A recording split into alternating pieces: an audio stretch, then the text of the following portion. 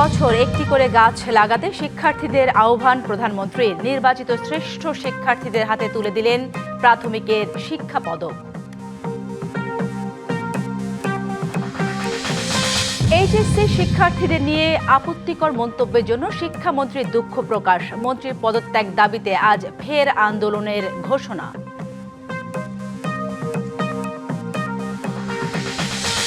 জুলাই গণ অভ্যুত্থানে শহীদের সংখ্যা বাড়তে পারে বললেন চিফ প্রসিকিউটর। শহীদদের পরিচয় বের করে নিশ্চিত করা হবে বিচার। দেখছিলেন সংবাদ শিরোনাম, এবারে জানাবো খবরের বিস্তারিত। আপনাদের সাথে আছি সালিহা পারভিন সাথী। প্রতি বছর একটি করে গাছ লাগানো এবং তার যত্ন নিতে শিক্ষার্থীদের প্রতি আহ্বান জানিয়েছেন প্রধানমন্ত্রী তারেক রহমান। প্রাথমিক শিক্ষা পদক বিতরণ অনুষ্ঠানে এ আহ্বান জানান তিনি। এর আগে রাজধানীর শেরেবাংলা নগরে বাংলাদেশ চীন মৈত্রী সম্মেলন কেন্দ্রে আয়োজিত অনুষ্ঠানে শিশুদের স্টল ঘুরে দেখেন প্রধানমন্ত্রী। শিশুদের প্রতিভা ও মননশীলতার বিকাশে তৃতীয় থেকে পঞ্চম শ্রেণীর শিক্ষার্থীদের অংশগ্রহণে ক্রীড়া, সাংস্কৃতিক, বিষয়ভিত্তিক কুইজ, কাবিং ও বিতর্ক প্রতিযোগিতার আয়োজন করা হয়। উপজেলা পর্যায় থেকে শুরু করে এসব প্রতিযোগিতা ধাপে ধাপে জাতীয় পর্যায়ে অনুষ্ঠিত হয়েছে। স্কুল পর্যায়ে 2,18,28,693 জন শিক্ষার্থী অংশ নেয়। বিভিন্ন ধাপ পেরিয়ে নির্বাচিত শ্রেষ্ঠ শিক্ষার্থীদের হাতে পদক তুলে দেন প্রধানমন্ত্রী তারেক রহমান। এছাড়া শিক্ষাক্ষেত্রে বিশেষ অবদান রাখা ব্যক্তি ও প্রতিষ্ঠানকেও সম্মাননা দেওয়া হয়। বর্তমান পদবী ও কর্মস্থল অতিরিক্ত জেলা প্রশাসক। তোমাদেরকে আমি বলবো যে তোমরা চেষ্টা করবে প্রত্যেক বছর একটা গাছ লাগানোর জন্য। সেটি তোমার স্কুলে হোক, সেটি তোমার বাসার আশেপাশে হোক। আসো আমরা সকলে মিলে চেষ্টা করি আমাদের এই বাংলাদেশটাকে আরো সবুজ করে গড়ে তুলতে। শিক্ষামন্ত্রী আ.ন.ম এহসানুল হক মিলনের পদত্যাগ সহ 3 দফা দাবিতে আজ লং মার্চ কর্মসূচির ঘোষণা দিয়েছেন শিক্ষার্থীরা। গতকাল রাত 9:30টায় জাতীয় সংসদ ভবনের সামনে গণমাধ্যমকে এ তথ্য জানান শিক্ষার্থী প্রতিনিধিরা। এর আগে এইচএসসি পরীক্ষার্থীদের নিয়ে নিজের মন্তব্যের জন্য দুঃখ প্রকাশ করেছেন শিক্ষামন্ত্রী। মঙ্গলবার সকাল থেকে শিক্ষামন্ত্রীর পদত্যাগ, এইচএসসি ও সমমানের পরীক্ষা স্থগিত সহ 3 দফা দাবিতে রাজধানী সায়েন্স ল্যাব মোড়ে অবস্থান নেন শিক্ষার্থীরা। পরে সেখান থেকে তারা ঢাকা শিক্ষা বোর্ডের সামনে গিয়ে বিক্ষোভ করে। এক পর্যায়ে সেখানে শিক্ষার্থী পুলিশের মধ্যে ইট পাটকেল ছোঁড়াছুড়ির ঘটনাও ঘটে। পরে তারা আবার সায়েন্স ল্যাব মোড়ে ফিরে সড়ক অবরোধ করে। এরপর শিক্ষার্থীরা জাতীয় সংসদ ভবনের সামনে গিয়ে অবস্থান নেয় এবং বিক্ষোভ করে। সেখান থেকে পুলিশ তাদের লাঠি পেটা করে ছত্রভঙ্গ করে দেয়।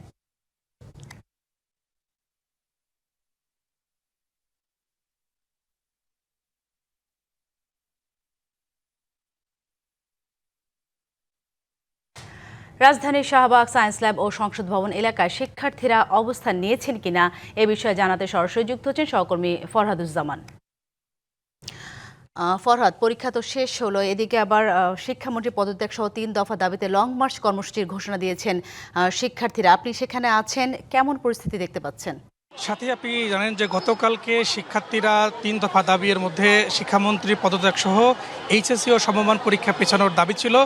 গতকালকে তারা রাজধানী সায়েন্স ল্যাব, শাহবাগ মোড় সহ বিভিন্ন জায়গায় কিন্তু এ নিয়ে দিনভর আন্দোলন করেছে এবং সর্বশেষ সংসদ ভবনের সামনে সেই আন্দোলনে তারা ঘোষণা দিয়েছিল। আজকে কিন্তু পরীক্ষার পরেই সায়েন্স ল্যাব সহ আজকেও কিন্তু রাজধানীর উত্তরা বিএনএস সেন্টার সহ বিভিন্ন জায়গায় তারা আন্দোলন করবে এবং সবশেষ সচিবালয় অভিমুখে তারা লং মার্চ ঘোষণার দাবি জানিয়েছেন। আমরা দেখতে পাচ্ছি ইতিমধ্যে কিন্তু পরীক্ষা শেষ হয়েছে এবং পরীক্ষা শেষের পরেই 1টা থেকে 1:30টার মধ্যে তারা আজকেও বিভিন্ন সড়কে অবস্থান নেওয়ার কথা জানিয়েছেন এবং ইতিমধ্যে আমরা 2-একজন শিক্ষার্থীর সঙ্গে কথা বলেছি। তারা বলেছেন আজকেও কিন্তু পরীক্ষা, তাদের যে প্রশ্ন সেটা কিন্তু কঠিন হয়েছে এবং কিছুক্ষণের মধ্যেই তারা আন্দোলনের নামবে। আমরা এই মুহূর্তে রয়েছি রাজধানী সায়েন্স ল্যাবের সিটি কলেজের সামনে। আপনি দেখতে পাচ্ছেন শিক্ষার্থীরা কিন্তু বের হচ্ছে এবং এখানে অনেক অভিভাবক রয়েছে। তাদের যে 3টা দাবি, এর মধ্যে প্রধান দাবি ছিল আজকে শিক্ষামন্ত্রীর পদত্যাগ। গতকালকে কিন্তু শিক্ষামন্ত্রী দুঃখ প্রকাশ করেছে, যদিও সেই দুঃখ প্রকাশকে তারা গ্রহণ করেনি। তারা আজকে এড়িয়ে আন্দোলন করবে এবং সচিবালয় অভিমুখে তারা শিক্ষামন্ত্রীর পদত্যাগ সহ যে পরীক্ষা পেছানোর দাবি জানিয়েছিল সেই পরীক্ষা পেছানোর দাবি সহ আজকে তারা লং মার্চ করবে এবং এইচএসসি পরীক্ষার্থী যারা রয়েছে পাশাপাশি অন্যান্য শিক্ষার্থীরাও কিন্তু এই আন্দোলনে যোগ দেবে বলে আমরা জানতে পেরেছি এবং এখানে কিছু অভিভাবক রয়েছে, তারাও আমরা দেখেছি ভিড় করছে এবং আমরা বেশ কয়েক জায়গায় খোঁজ নিয়েছি। ইতিমধ্যে আইনশৃঙ্খলা বাহিনীও তাদের প্রস্তুতি নিয়েছে। আমরা শাহবাগ সহ বেশ কয়েকটি জায়গায় ইতিমধ্যে ঘুরে এসেছি এবং এখানেও যে সায়েন্স ল্যাব মোড় সেখানেও কিন্তু পুলিশের জলকামান সহ পুলিশের অনেক সদস্য রয়েছে। তারা বলছে কোনো ধরনের অপ্রীতিকর ঘটনা যেন না ঘটে এবং শিক্ষার্থীরা যেন কোনো ধরনের অপ্রীতিকর ঘটনা না ঘটাতে পারে এবং এই ঘটনাকে কেন্দ্র করে যারা অতি উৎসাহী আছে এবং যারা কেউ যেন পরিস্থিতি ঘোলাটে করতে না পারে সেই দিকে কিন্তু তারা নজর রাখছেন। তো এখন পর্যন্ত আমার কাছে সিটি কলেজ থেকে এই ছিল সর্বশেষ তথ্য। সাথেই ধন্যবাদ আপনাকে। বাড়তে পারে জুলাই গণ অভ্যুত্থানে শহীদের সংখ্যা, এ বিষয়ে চলছে তদন্ত, এ কথা জানিয়েছেন আন্তর্জাতিক অপরাধ ট্রাইব্যুনালের চিফ প্রসিকিউটর আমিনুল ইসলাম। রায়ের বাজার বুদ্ধিজীবী কবরস্থানে জুলাই গণ অভ্যুত্থানে নিহতদের গণকবর পরিদর্শন শেষে তিনি বলেন, ঢাকার মাতুয়াল, জুরাইন, নারায়ণগঞ্জ ও মুন্সিগঞ্জে জুলাইয়ের আন্দোলনে নিহতদের গণকবরের সন্ধান পেয়েছে তদন্ত সংস্থা। এছাড়া জুলাই আন্দোলনে একটি হাসপাতাল থেকে কিছু মরদেহ নদীতে ভাসিয়ে দেওয়ার তথ্য পাওয়া গেছে, সে বিষয়ে তদন্ত চলছে। চিফ প্রসিকিউটর আরও বলেন, শহীদদের সবার পরিচয় বের করে তাদের হত্যার বিচার নিশ্চিত করা হবে।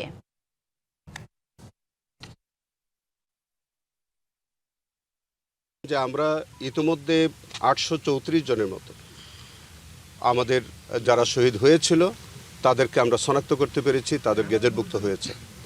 তার বাইরে যে 1400 জনের মধ্যে আরও যারা আছে এবং প্রত্যেকটি গণকবরে আমাদের যে ডিএনএর মাধ্যমে আমাদের সেই শহীদদের লাশ শনাক্তকরণের জন্য আমাদের ইনভেস্টিগেশনের পক্ষ থেকে আমরা সেইভাবে কাজ করেছি।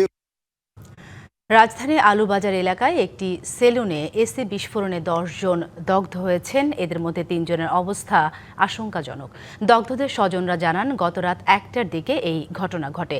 আহতদের জাতীয় বার্ন ও প্লাস্টিক সার্জারি ইনস্টিটিউটে ভর্তি করা হয়েছে। এদিকে আহতদের দেখতে সকালে বার্ন ইনস্টিটিউটে যান স্বাস্থ্যমন্ত্রী সর্দার মোহাম্মদ সাখাওয়াত হোসেন। তিনি তাদের খোঁজ নেন এবং যে কোনো ধরনের সহায়তার আশ্বাস দেন। হাসপাতালের পরিচালক জানান, দগ্ধদের মধ্যে 3 জনের শ্বাসনালী পুড়ে গেছে এবং বাকিদের 15% পর্যন্ত দগ্ধ হয়েছে। বর্তমানে 9 জনকে ইনস্টিটিউটে ভর্তি রেখে চিকিৎসা দেওয়া হচ্ছে।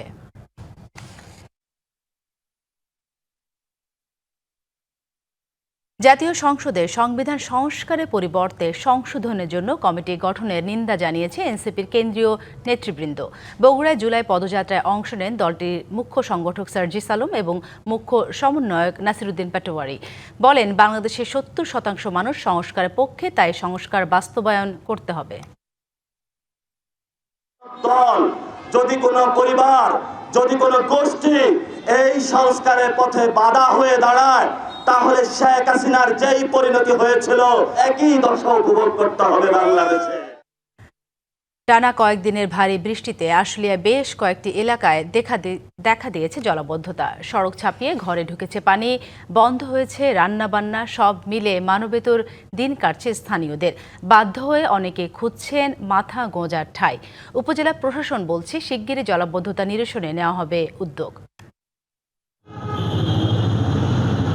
গেল কয়েকদিনের বৃষ্টিতে নবীনগর চন্দ্রা মহাসড়কের পার্শ্ববর্তী আশুলিয়ার শ্রীপুরে তৈরি হয়েছে ভয়াবহ জলাবদ্ধতা। সড়ক ছাপিয়ে পানি এখন মানুষের ঘরে ঘরে।